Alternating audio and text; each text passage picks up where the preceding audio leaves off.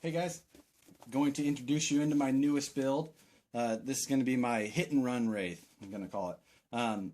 It's being built mostly as a performance Wraith for G6 and rock racing type events. You can see on some of my last videos, I was running a steel chassis Wraith that was basically geared to look like a true Ultra 4 truck, but it was an all steel chassis, and it was mainly geared towards appearance.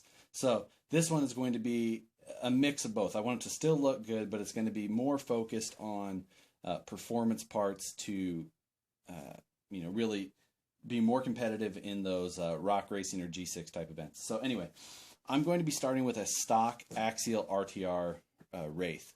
This Wraith here in the background is not the one I'll be starting with, but mine is still en route from axial, so I need to do some mock-up on a few different parts, which I'll get into.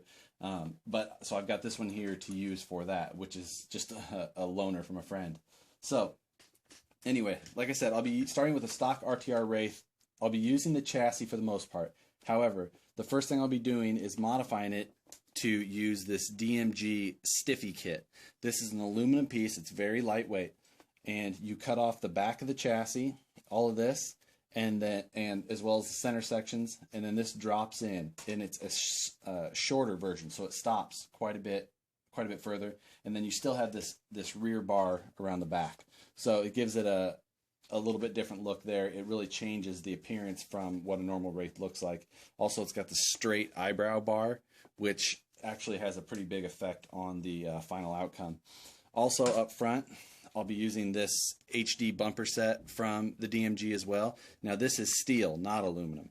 So this removes the stock bumper supports and the stock bumper, and also pushes this lower bar out a little bit. Something you might notice on a stock Wraith is that you have very little servo horn clearance as your suspension travels in there. So depending on your setup, you can have issues there. So I'll be running that. I will be modifying this piece though. This is what I've got this Wraith here for mock-up for. I'm going to be using this and mounting my TZI World winch onto it. I'm going to mock it up in there and see how it fits. I don't know if I'm going to have it back here further or even up on top, which isn't ideal for center of gravity, but for packaging wise with my all my electronics might have to be where it goes.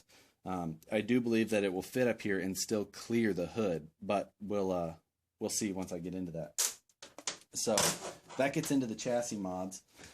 I will be running 4-inch Proline Power Stroke shocks on the truck, the Stiffy kit, as well as the front end with a couple of different shock relocation brackets will raise the shock mounting points to lower the suspension height while still using those stock length 4-inch shocks. So that'll give me the Proline shocks they've been great for me. They lots of dampening power and tunability with that dual rate. At the heart of this thing, I'll be using my bomb-proof transmission built from parts from supershafty.com. So billet case, all steel gears, 6mm chromoly outputs, Robinson Racing Stage 3 slipper. Underneath of it, I'll have the Curry Vanquish axles, or Vanquish Curry axles. I'm moving these over from that last build. I do plan on going 4-wheel steering on this build, but I don't have the rear tubes in yet, so I will do that. Got the Vanquish VVD axle shafts, axial heavy-duty gear sets inside, and I'm still running the Vanquish Extreme Duty bushings on the pinion gear. This was covered in one of my other videos. You can go watch that, but that helps from blowing up the ring and pinion gears due to bearing or bushing wear. So, as far as electronics, Tekin Rock 412 3100 kV. I picked this up from Holmes Hobbies, pushed by a Mamba Max Pro.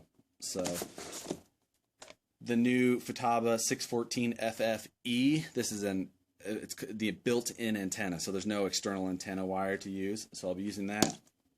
As far as steering servos, I'm using the same Futaba BLS 157 that I use in most things. And like I said, 4-wheel steer, so I'll be running 2 of these, and I've got new servo horns coming for this build. As far as rolling stock, right now I think I'll be using some Vanquish SLWs with 475 offset hubs, front and rear. I'll probably be changing the front rings out to some orange rings if I continue using those wheels. I am going to try and grab a set of the Vanquish Enduro 2.2 bead locks. So that is the basics of this build. I've got a lot of work to do, and I've got less than a week to do it. This is Monday, Memorial Day, and I've got the event coming up on Saturday. So I've got 5 days to finish this, and I don't even have the truck here yet, but plenty of work ahead of me. So that's the intro to the build. We'll see how it comes out in the next few days. So expect to see some more videos with exactly how everything's going and hopefully the final outcome. So we'll see you guys then.